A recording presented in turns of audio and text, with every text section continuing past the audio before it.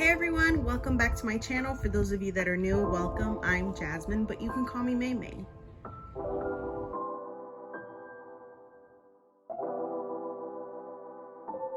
So this month was a pretty big manga haul month for me, considering it was my birthday month as well. I'll be showing you guys everything I got. Everything I got, I pretty much read except for maybe about like 3 volumes, which I will show at the very end. But yeah, I hope you guys enjoy this video and let's get started. The first thing I'm going to start off this haul with is One Piece Shokugeki no Sanji. And I remember reading these side stories online, not really knowing whether it was going to be physically published. And I really appreciate the fact that the mangaka duo that is taking care of these side stories are none other than the ones who have done Food Wars, with the similarities being cooking food and a bunch of fan service. So I felt like it was a very good fit, especially for Sanji. It was nice to see more of Sanji in his element. It's nice to see him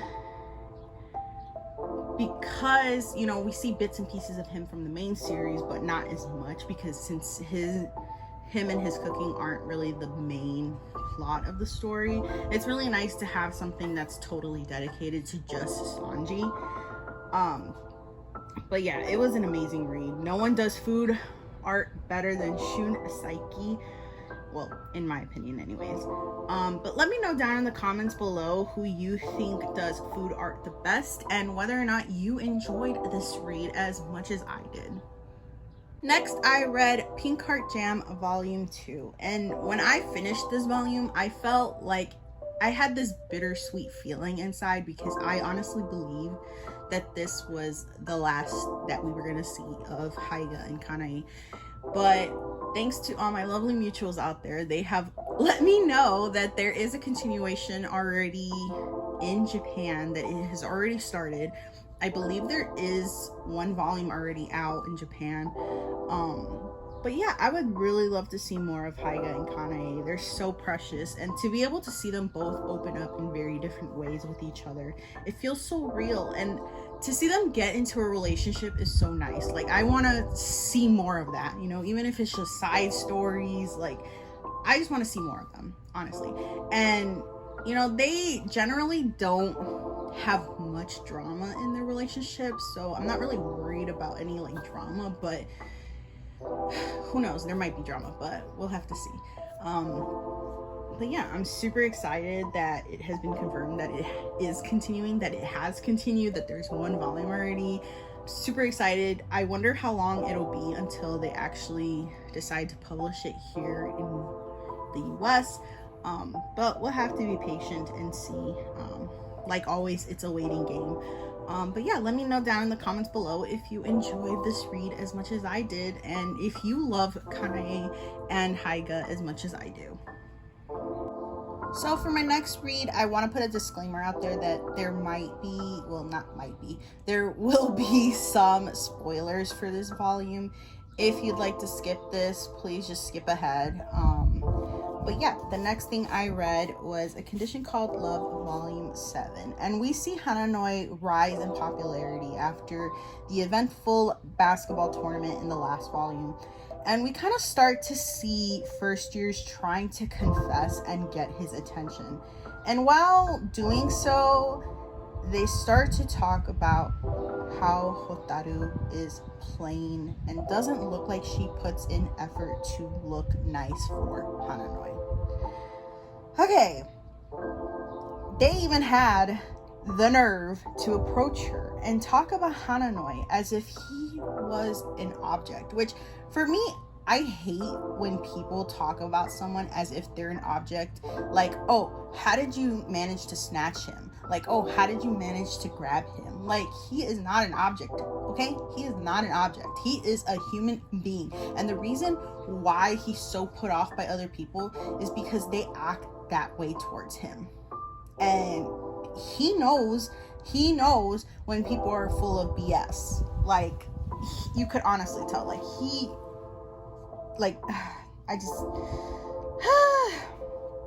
but yeah, they even go as far as to say her hair looks a mess. And I got so upset because, you know, we've been on this journey with Hotaru for so long, and we see her as this beautiful human being, and she's beautiful as it is. She's beautiful just the way she looks. And then I was just hoping, like, Hananoe, please show up. And he manages to show up and starts to tell them to mind their own business, which I loved that he did that. He demanded respect and boundaries, not even for himself, but for Hotaru. And then later on in the volume, Hananoe's ex from the first volume makes an appearance. And of course, when an ex appears, they always have to play the whole stay away because he's so and so and does crazy things. To which Hotaru just replies with, "You've got your complaints with Hananoe, and I'm not going to tell you they're all off base. But he and I, we're not perfect, but we've grown a bit, so we're going to keep doing our best to work it out." And I love that. I love that Hotaru, doesn't necessarily try to go out of her way to make him look like a good person, because she knows in her heart that that's how he is. And if other people wants to see that, then okay. But we see more of why Hananoe is the way that he is when it comes to love, and it really stems from his lack of love and affection from his parents, which really makes my heart break, because honestly, I believe every child deserves love and affection from their parents, no matter what. And as Hananoe is telling Hotaru about his parents and how his past relationships went, you could kind of see the emotion in Hotaru begin to overflow, and you can really see the care that they have for one another. And I love that, I really love that they have this care and love for one another and willing to be there for one another, especially during such a hard time. And knowing that they both have their views on what love is and kind of just growing together from that, I really love that. And I really do recommend this to anybody, no matter what. Yeah, in the beginning, you're put off by how Hananoe acts, but once you really get to know, he's been through it, so you understand where he's coming from. And honestly, when I first read the series and I got to know Hananoe, he didn't seem all that creepy or crazy. I just thought, man, he really puts in a lot of effort to love someone, and I personally get that, wanting to really have someone love you so much so that they don't abandon you the way you feel like you've been abandoned by, let's say, your parents, So it really stems with a lot of past trauma that I'm pretty sure not only Hananoe has dealt with, but a lot of readers out there have dealt with as well. So yeah, that's what makes this read so realistic and really gets you relating to these characters. Even if you aren't a teenager anymore, you could really relate to how he's feeling. But yeah, then we are left with the cliffhanger of Hananoe's father showing up, which I might just read a little more online to see what happens, because I'm the impatient type and I want to see his interaction with his father already. But we'll see. I don't know. I might have to fight my impatience for once and just wait until the next volume. But yeah, let me know down in the comments below if you enjoyed this read, if you enjoy seeing the love grow between Hananoe and Hotaru, if you feel like you could connect to these characters even if you aren't a teenager anymore. Let me know down in the comments below. And yeah, for my next read, I'm gonna put another disclaimer on some slight spoilers for this volume. But yeah, I read volume 5 of Insomniacs After School, and this volume is pretty much a recap of what I've already seen in the anime. So if you have seen the anime and you know what goes on in this volume, please continue watching. If you don't want to see spoilers, skip ahead. If you don't mind spoilers, watch it. I don't know how you feel about spoilers, but yeah, this volume, like I said, is pretty much a recap of what I've already seen from the anime. We see Nakami and Isaki on their trip to get some shots for a photography contest. They initially come out on this trip with Isaki's sister, Haya, and As she's there, she starts to explain to Nakami that he should just give up on Isaki because she's not considered a quote unquote ordinary girl. That he shouldn't be with her if he pities her, to which he tells her that he doesn't pity her. He goes on to say that he thinks Isaki is an amazing person. And seeing as she isn't the only one who cares for Isaki, she leaves the trip for personal reasons. Sort of leaving them two alone together. It was nice and relaxing reading this volume. As we all know, this series isn't like full packed of action. You know, it's very more on the slice of life side of things, and it's really chill. You know, nothing really goes crazy, nothing goes wrong, there's not much drama, you know, besides bad weather where they can't see the stars or take photography. But there's like no drama whatsoever in this series so far. I haven't read ahead to know how the series ends because I do believe it's complete right now. So I don't really know what goes on in this series. I mean, there's, so far in my eyes, there's no like crazy drama. It's just one drama where there was like basically a typhoon and they're gazing at the stars, or the meteor shower was canceled, I think. But yeah, it's, as always, it's a nice and relaxing read. And the panels are just so beautiful. Like the art, like I could just be staring at them for like a full 10 minutes. And it's just so beautiful. You know, you can, in this volume especially, and even in the anime, you can really feel how much closer they have come together. And we see Nakami kind of open up about his reason for his insomnia. And it really breaks my heart to hear that he fears the morning. He fears that the next day will be even worse than the current day. And as he sits there in tears, I'm in tears basically. And it was nice to see Isaki kind of comfort him by kissing him. They're just so precious. So I love being able to see them getting closer with each other, and I can't wait to get into the material the anime hasn't covered, which I think should be soon. I don't know, I can't remember. I watched the anime like a while ago, and knowing myself, I have very short-term memory. I hate it here. Like, I have such short-term memory. Like, this is why I reread and rewatch things, because my memory is crap. And yeah, I just enjoy the series overall. I enjoy it so much. I have this sense of like serotonin when I read the series, and yeah, I can't wait to get more into the series. But yeah, let me know down in the comments below if you enjoyed this series as well, if you are reading it, if you haven't read it, if you're interested in reading it. Let me know down there. Let me know down there. Let me know down in the comments below.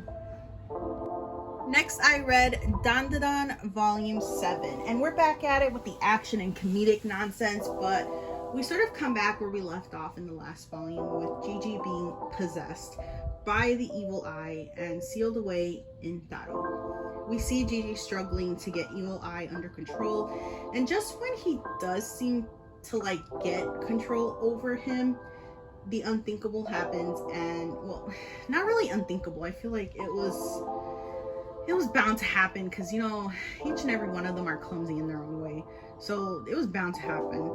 But you know, it happens. He almost hurts Momo, to which we see Okurun kind of push him away rather harshly, like more harsh than we've ever seen him be in this entire series. And you can almost feel that their friendship is falling apart, and the pain in Gigi's eyes, it literally broke my heart, because he's so goofy, sweet, and a strong young man. So to kind of see him kind of like break down and feel like, dang, like this is really how it's gonna go, isn't it? I just hope he doesn't decide to leave and take everything on himself. Like, I really hate seeing him and Okurun being awkward with each other. But yeah, other than that, we get to see Momo at her new job, and so does Okurun. It's so funny. I honestly wouldn't have expected that she would be working at a maid cafe, her friends are funny as hell. Not only do they crash at her job, they also take Okuran along for the ride, and they're just so hilarious. The whole time I was just laughing. It was just funny. And you know, I felt like there was so much going on in this volume, so there's so much I could touch up on, but I don't really want to go too much into detail because I'm already spoiling some stuff right now.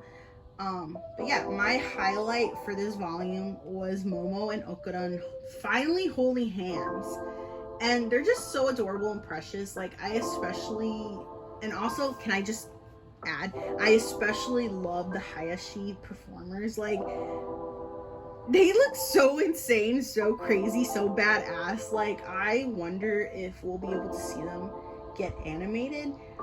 As we all know, we are getting an anime for Dandadan. I'm wondering how far they're gonna go into the first, if it's just gonna be a first season, or if it's gonna be, I'm pretty sure it's gonna be like a season.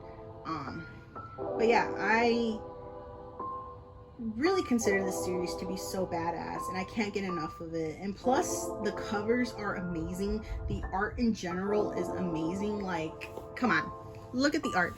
Look at the art. Like, doesn't that look amazing to you? But yeah, I really love this read and hope to get more. I'm debating if I want to continue reading it online or if I just want to wait for the physical releases. I might just wait for the physical releases, but yeah, knowing that there's an option to read it online is a plus.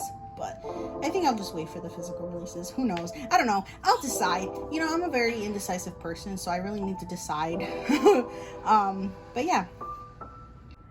The next thing I read, which was a long-awaited one that well, not long-awaited, because the minute I had seen that it was getting a physical release, or that it already, I think volume 1 was already out, I was like, let me binge read this series and see if I'm interested in it. And I absolutely loved it, and that series is Unholy Blood Volume 1. And like I said, when I first saw this series, I was instantly hooked by the cover art. I have a weakness for vampire stories, so obviously this was a plus. You know, I found out that the entire series was on Webtoon, so I immediately binge read it. Currently, I'm rereading it again online, and will be reading it over a third time with the physical releases. Like, the fact that I read this series like a total of, it's gonna be a total of 3 times, like, you know that's badass. A lot of my mutuals as well love this story as well. So I just want to spread the love, spread it to everybody who hasn't gotten into the series so that they could get into the series. And yeah, the cover is stunning, and the volume is such good quality. Like, I love the font on the title, plus the metallic look of the word blood. Like, come on, you can't, like, look at this cover and tell me that you do not think it looks good. Like, the art is phenomenal. Okay. And honestly, I feel like this vampire story is quite unique to almost every vampire series I have seen before or read before, so that's a plus. The character designs are so smooth and clean, which is another plus. I can't wait to admire it through the physical releases. Can't wait to get my hands on the second volume, which is gonna have my favorite man on it. He is freaking handsome. Ooh, sorry. He is freaking handsome. Sorry, guys. I'm probably gonna have to edit that out. But yeah. Sorry, my excitement got the best of me. But we'll see if I'll edit that out or if I'll keep it. I mean, it's just one curse word, you know, it's not gonna hurt us, it's not gonna hurt anybody, but we'll have to see. But yeah, I am super excited to get my hands on all the physical releases for this series. I love it. If you haven't gotten into it, please do. It's phenomenal. The art, the storyline is so unique, and yeah. Next thing I read was Yakuza Fiancé Volume 7. And let me just tell you, this volume frustrated me to the core. there were so many instances where I just kept yelling, Yoshino, you idiot. Why are you doing this? Yoshino, you idiot. Because usually Yoshino is overly cautious and on guard. But I feel like in this volume, she was completely slipping. And I don't know. Like, I don't know what was going on in her mentality. Like, she was trusting way too easily. It was frustrating me. I mean, at one point it got really scary. I was like, oh my god, like something's really gonna happen to Yoshino. But yeah, I honestly can't be 100% sure that things could have been avoided had she not trusted the situation. Who knows? It probably would have happened anyway, whether she was gullible or not. But it just angered me that she just wasn't as on guard as she usually is. But yeah, you can obviously tell that throughout the volume she was kind of filled with this uncertainty, with this anxiety, but you know, whatever happened has already happened, and luckily Yoshino is okay despite probably a little bit of harm, but she's okay, she's not dead. But yeah, can't wait to get into the next volume because we were left with a cliffhanger that frustrated me even more, which I honestly have already gone online to read, so I kind of already know what happens, so I'm a bit relieved. But yeah, to be left on a cliffhanger like that, especially when you're just reading the physicals, like, it's brutal, man, it's brutal. Next, I read Omnibus 10, volumes 19 to 20 of Tokyo Revengers, and the cover art of Kakucho looks amazing. I'm loving how as the story progresses, the artwork just keeps getting better, and plus, like, all the covers, it looks like everyone is a part of a fashion show. Like, I love it. I'm not looking forward to the next cover for the next omnibus because it features a character that I dislike so much. I do not want him on the cover, but I mean, what can I do? They put him as the cover. But yeah, I'm not looking forward to that. But yeah, I can't believe we're at 10 volumes already, like, or 10 omnibuses, should I say. Like, I feel like at some point we're already gonna be done with the series, and it's gonna be so sad. But yeah, so this read was basically a reread of what I've already seen from the anime. I feel like with almost all my reads are rereads, or should I say like a recap of what I've watched from the anime. But most likely the omnibuses, the next few, will probably come out before the next anime season does. So half of the next omnibus will probably be new for me, as I haven't really read anything online. I've seen some spoilers out there of what happens to certain characters, but I don't necessarily know much about the big plot. I don't know what goes on after it. I don't know who the big bad is. You know, I'm just kind of just going into the series rather blindly, overall. But yeah. All I know is that the ending was kind of having mixed reviews on, but I know a lot of people have mixed reviews on this series as a whole anyway, so I really don't pay much mind to the mixed reviews. I kind of just take it as, you know, I'm going to read the series for myself and make up my own mind about it. If I like it, then I like it. If I hate it, then I hate it. If I don't like it, then I don't like it. You know, I kind of just get into series with an open mind, you know, just to get my own opinion about it. But yeah, like, I'll see and give my own thoughts on it once I get to the end. But as always, I enjoy each new volume. I enjoy the series as a whole. You know, I find myself very entertained, very hooked. You know, there are so many emotional moments where they make me cry, make me feel joy, make me feel anger, you know. And I love all the characters. The characters are all precious, and I love this story. I know a lot of people like don't like it, or don't like it because of specific characters, but I like all the characters. You know, obviously I have my favorites. I obviously have characters that I don't like. But yeah. If you haven't gotten into the series, please do. It's so good. Obviously, come into this with an open mind.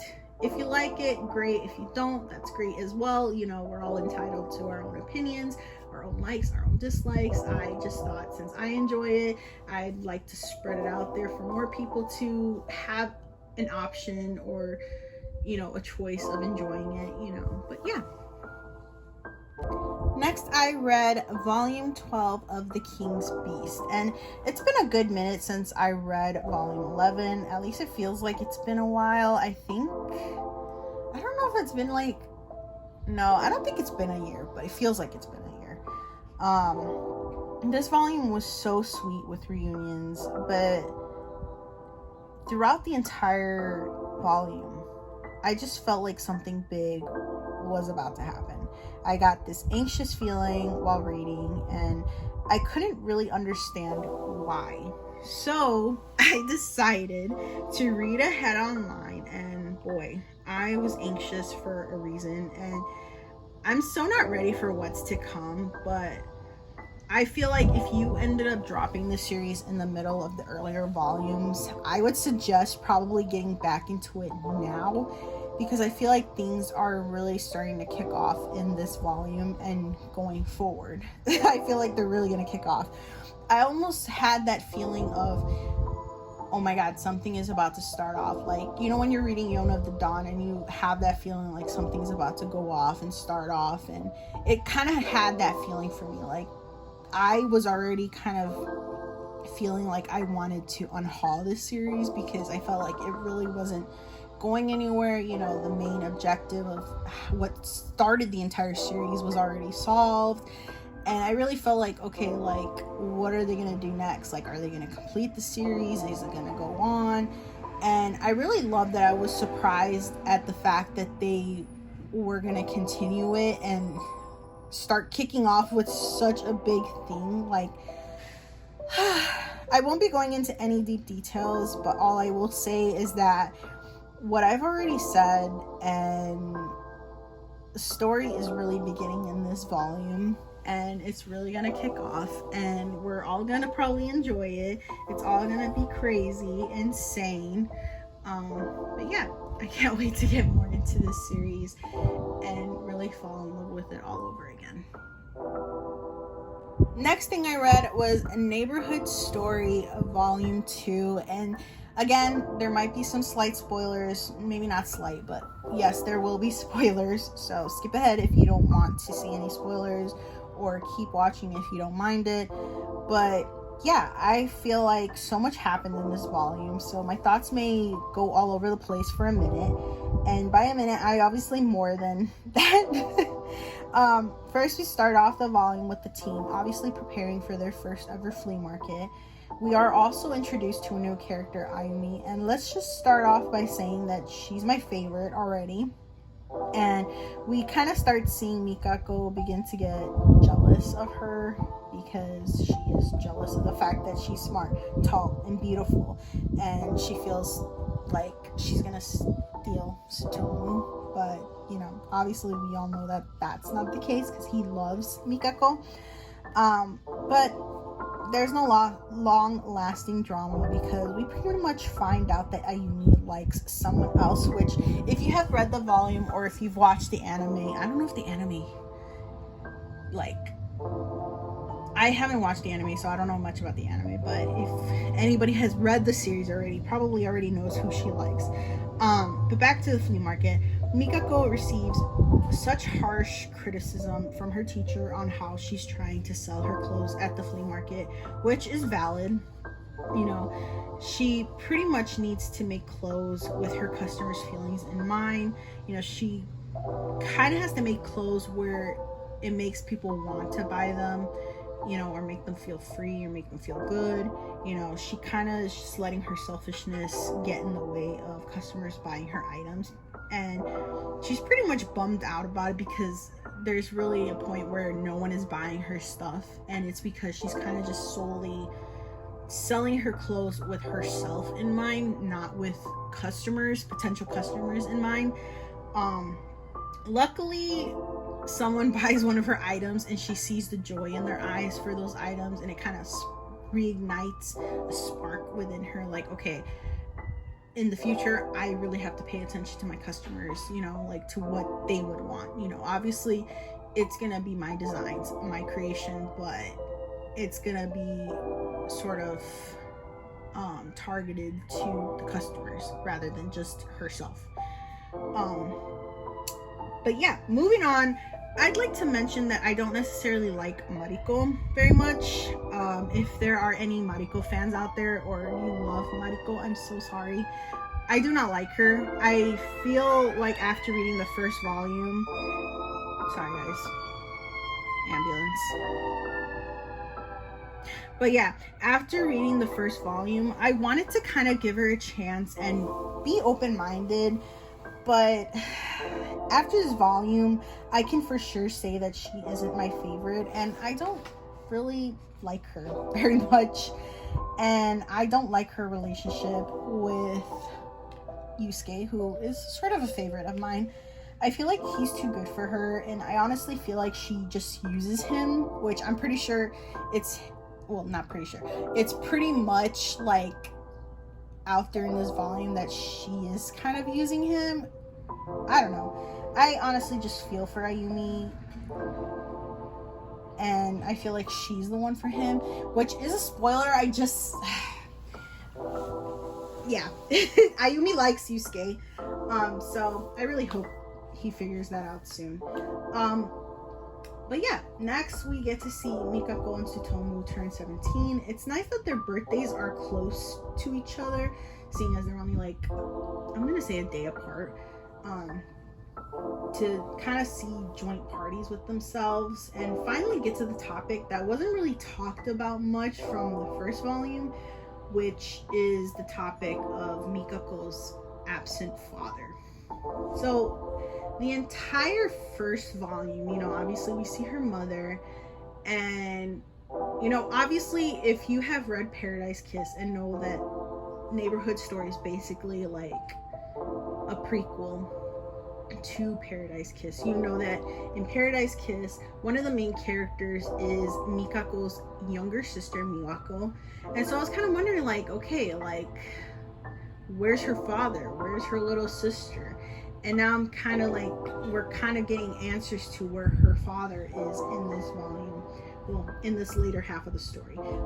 It really just made me cry because I could relate to Mikako. You know, it was almost like watching my old self, constantly being happy and really not talking about the serious things because you don't want to bother others or hurt others with something we really desire. You know, and what she really desired in this volume was her father, and the fact that he was absent, and the fact that she felt like he did not love her. And you know, it's hard for any kid to be like, man, if I was good enough, my parent would have stayed with me, or they would have stuck around. Like, why didn't they stick around? And we kind of see more in this volume of why her father's absent and why it didn't work out with her parents. But, you know, as we see in this volume, something good happens. I love it. It's beautiful.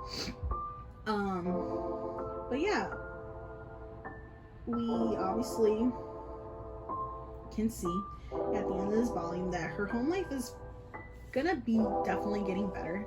We'll have to see. But yeah, besides minor parts of the story, I really enjoyed this volume, and it's nice to be able to get into this without really knowing what will happen next. So can't wait for the next volume. I absolutely love Ayazawa's art. The covers are amazing. You know, anything by Ayazawa, I need to have it. If you like Ayazawa, if you like Nana, if you like Paradise Kiss, you will definitely love Neighborhood Story, and please get into it. Please, please, please.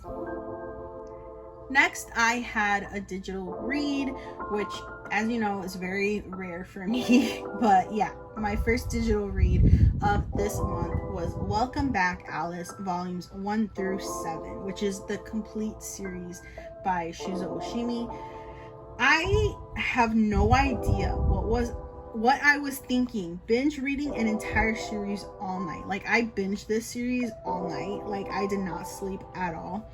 And you know, honestly, I had seen so many people collecting not only this series, but many series by Shuzo Oshimi.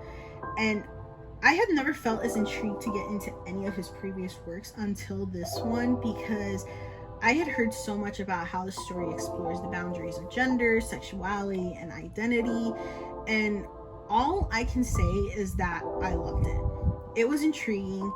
It got me crying from start to finish. It really had me feeling so many emotions for all the characters. Especially the characters that I didn't necessarily like. It kind of just had me feeling, you know, for them, you know, and feeling care for them, you know. And this series felt like it was a journey for all of the characters and not just the main two. It was really impactful and really got me thinking about all the times I thought of my sexuality or my gender identity. And it's made me realize that discovering myself can indeed be life or death.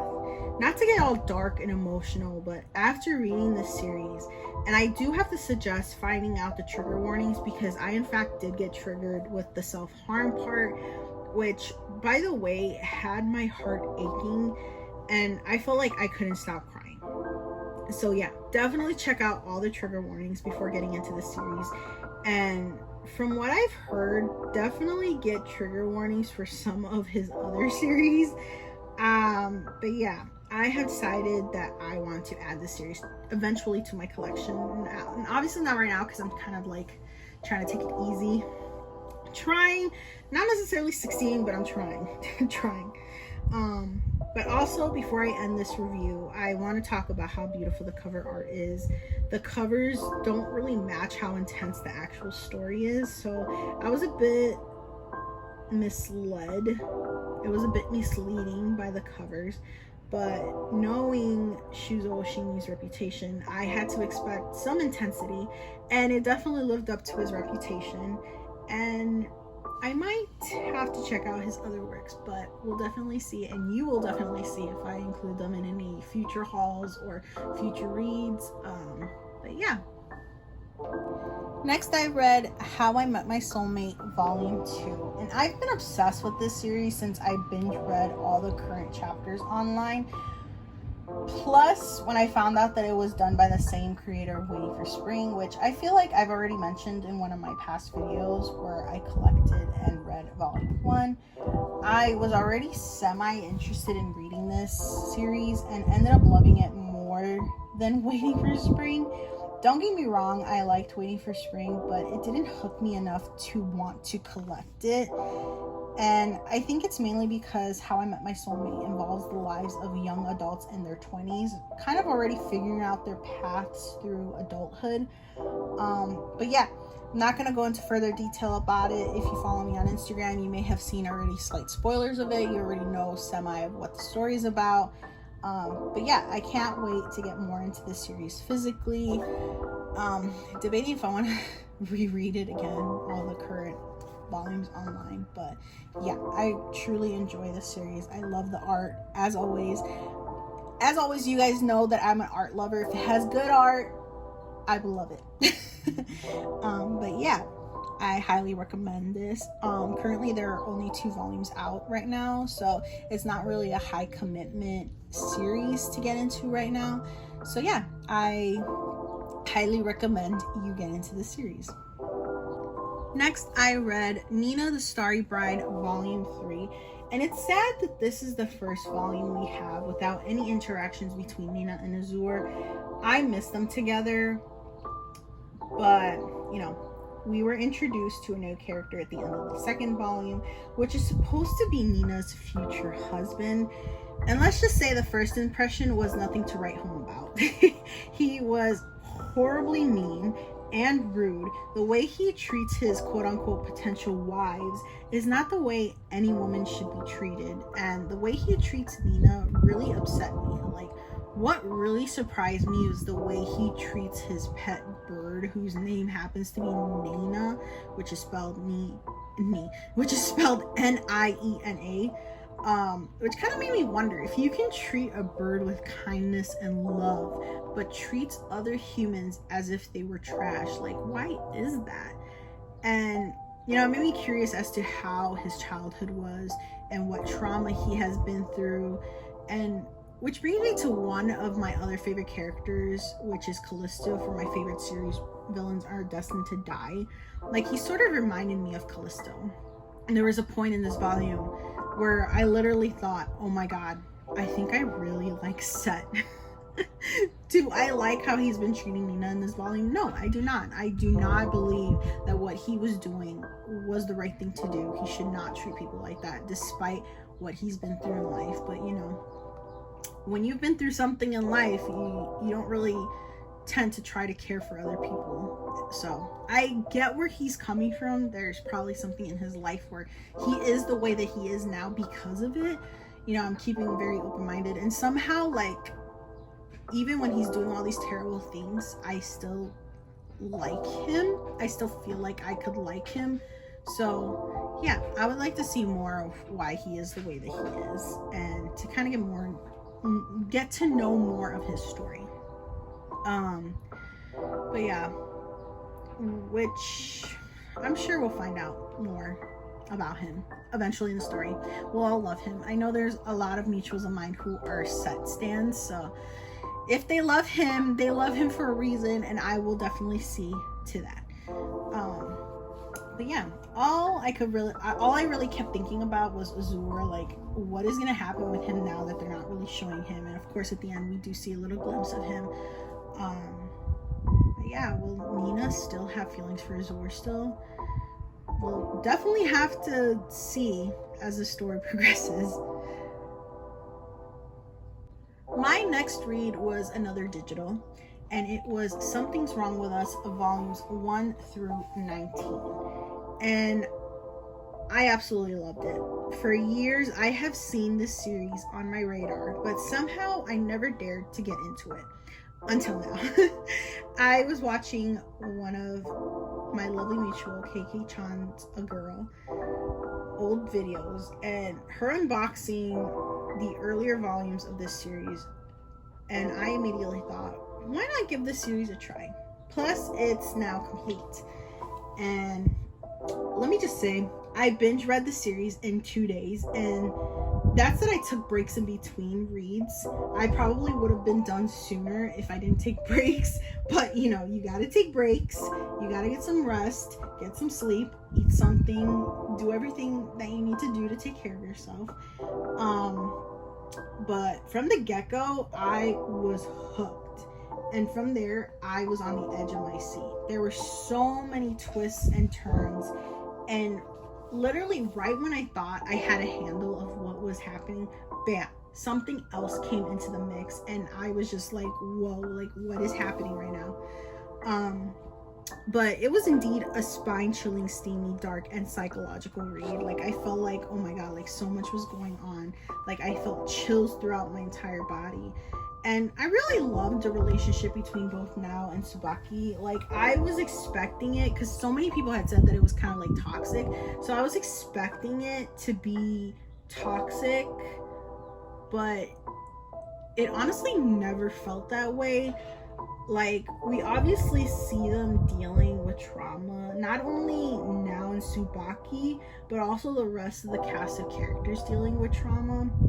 And it almost makes you think, like, wow, like, how much trauma can there be with this entire company? Like, dang, everybody's dealing with trauma, everybody's dealing with this. Like, geez, you would think, like, you'd be living a good life, but no, it's full of trauma. It was so surprising. But yeah, it was also nice to learn more about traditional sweets in Japan, plus a little bit of tea ceremonies. The art was beautiful and filled with emotion. I definitely will be adding this to my collection.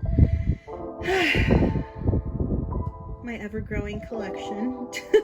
But yeah, I really enjoyed it. I'm kind of mad that I didn't get into the series sooner. But yeah, super excited to add it to my collection. Considering now it's complete, so I don't have to worry about like waiting for volumes to come out. I could just easily just order it. But yeah, if you haven't given this series a try, right now is a good time to get into it. It's so amazing, so great. I love it. Thank you again, Kiki-chan is a girl. If it wasn't for you, I probably wouldn't have taken the leap to get into it. But yeah, definitely check out her Instagram, check out her YouTube. She's completely amazing. Love her hauls, love her reads. Just, I love her content. You got to see it. But yeah. Next, I read Bless Volume 1. And I'm going to start by saying that this was a complete cover buy. I was really hesitant to get into the series because I know absolutely nothing about makeup, and literally right off the bat we meet two main characters, Aya and June, and they are so precious, and I really look forward to watching over their journey and kind of learning more about the world of makeup and modeling. Sorry, I can't speak today, you guys. I really can't speak today. But yeah, I can't wait to get more into the world of makeup, the world of modeling. You know, I feel like this series is going to be very informative, and I really look forward to that. But yeah, let's just say I never really knew how serious the world of makeup can be. Like, it's so competitive. Like, I've been watching a lot of YouTubers do their makeup tutorials, but I never once thought that makeup could be used in a very competitive state, kind of. And you really get to see a lot of that. Well, so far in the series, you get to see a lot of that in the first volume. I feel like both Aya and June really complement each other very well. They really bring out the best in each other, and you can really sense the amount of care and support that they have for one another, especially considering the fact that they haven't really known each other for long, and you could really see the amazing friendship that they have developed in the short amount of time that they've known each other. And you could, I mean, I don't know if it's gonna necessarily take a romantic turn for it, but I can definitely feel something between them. Who knows if they'll actually pursue it, if it'll actually be something. We'll see. We'll see. But yeah, I'm super excited to get more into the series. Plus, the cover for the next volume looks so beautiful. I love June's freckles. I don't know what it is about people that don't like freckles. Like, I love freckles. Like, it really makes someone, like, a lot of people consider it ugly, but I consider it beautiful. Like, I feel like that's beautiful. I don't know. I think we all have different opinions, but yeah. The next volume looks beautiful. I also can't wait to see Aya bless others with his makeup, and I hope to see June continue to get into the modeling world. You know, I really want to see more of their journey and see them grow as individuals. And yeah, I'm super excited. If you haven't gotten into this, there's currently one volume available out right now. And yeah, snatch it up while you can so that you can get into the story and love it as much as I do. For my next read, I binge read all the current volumes available in English, and it is Windbreaker Volume 1, 2, 3, 4, and 5. Sorry guys, I'm trying to like display them as best I can, but I read volumes 1 through 5. And let's just say, after watching the first episode of the anime, I immediately went online to order all the available volumes, which, you know, as it so happens to be volumes 1 through 5. But for so long, I have seen the series and pretty much mostly the characters from almost all my mutuals. So what better time than now to get into the series? I love the anime, and now I can say that I love the manga. I'm loving all the characters. I love their beliefs. I love the art. There's so much to love about this series. I can go on and on.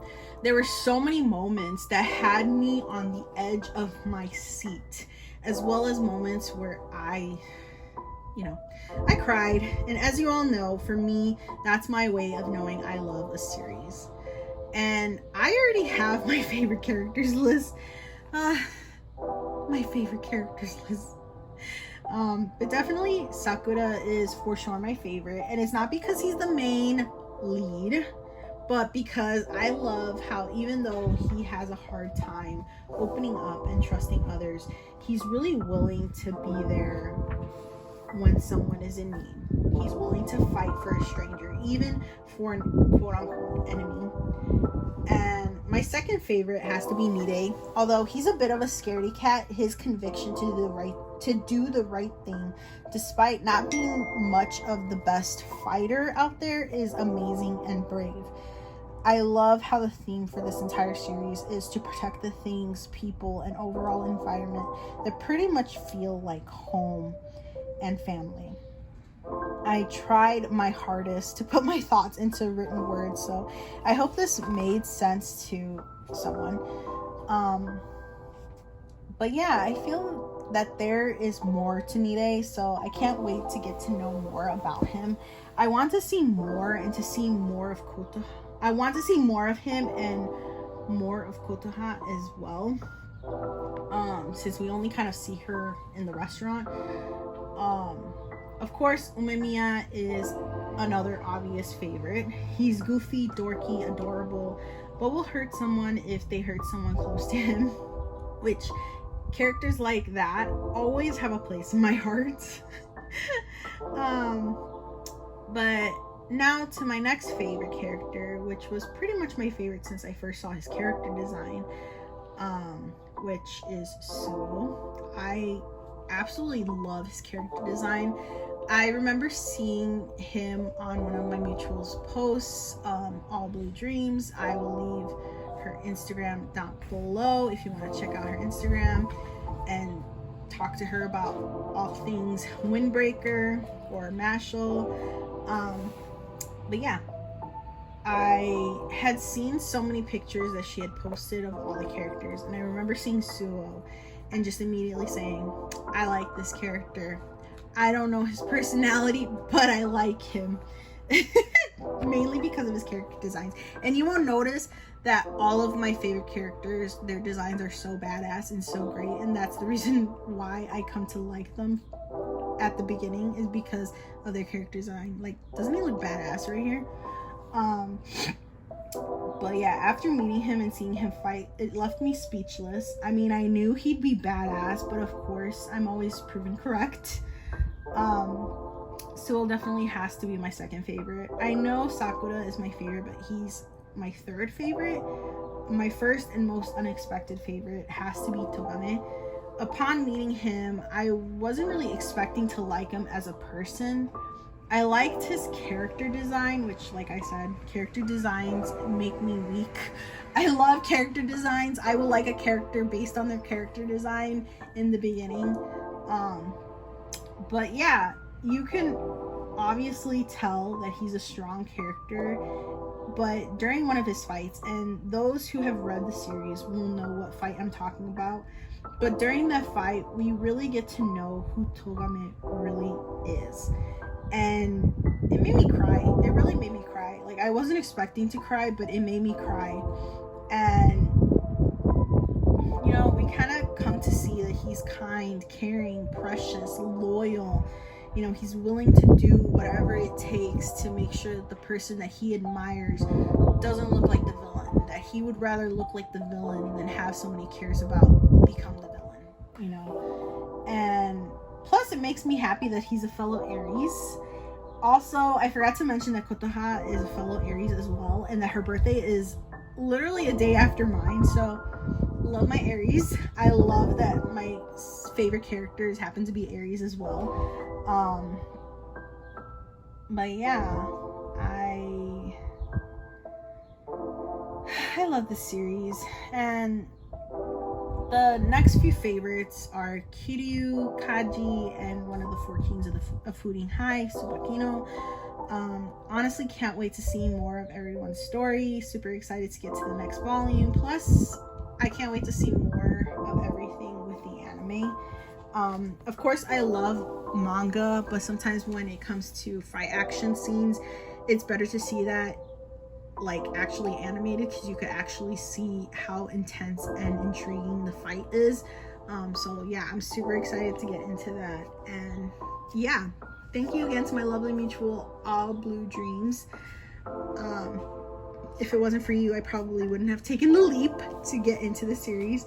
But yeah, if you haven't checked out the series, there are currently 5 volumes out right now, so that you can get into it.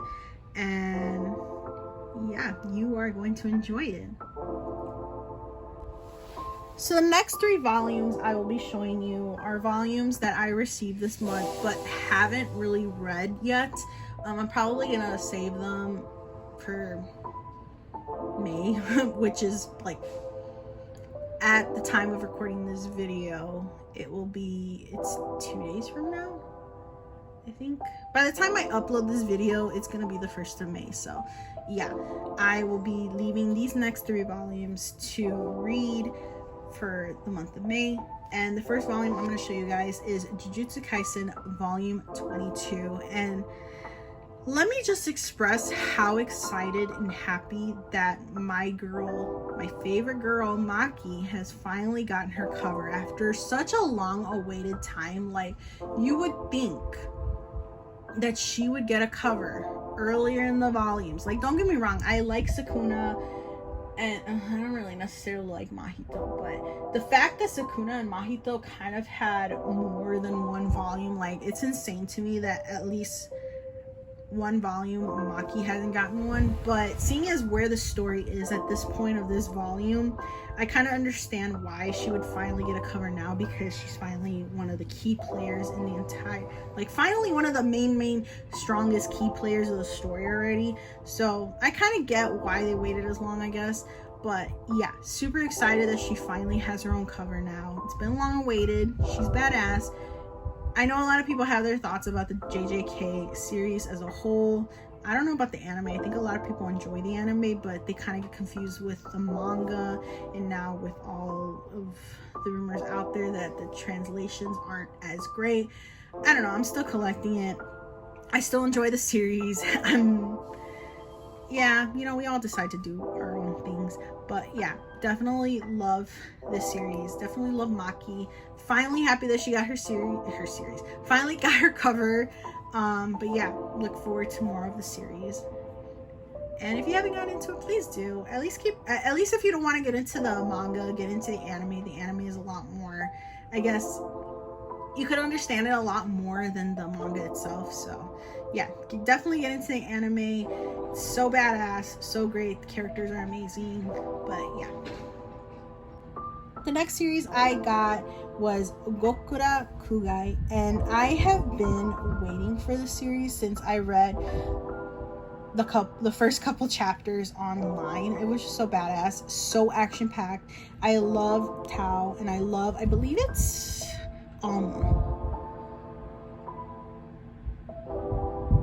yeah, Alma. Sorry guys, that took forever.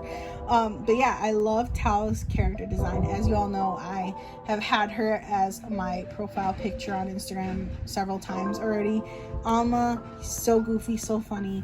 Love the dynamic between the two. I can't wait to get more into the story.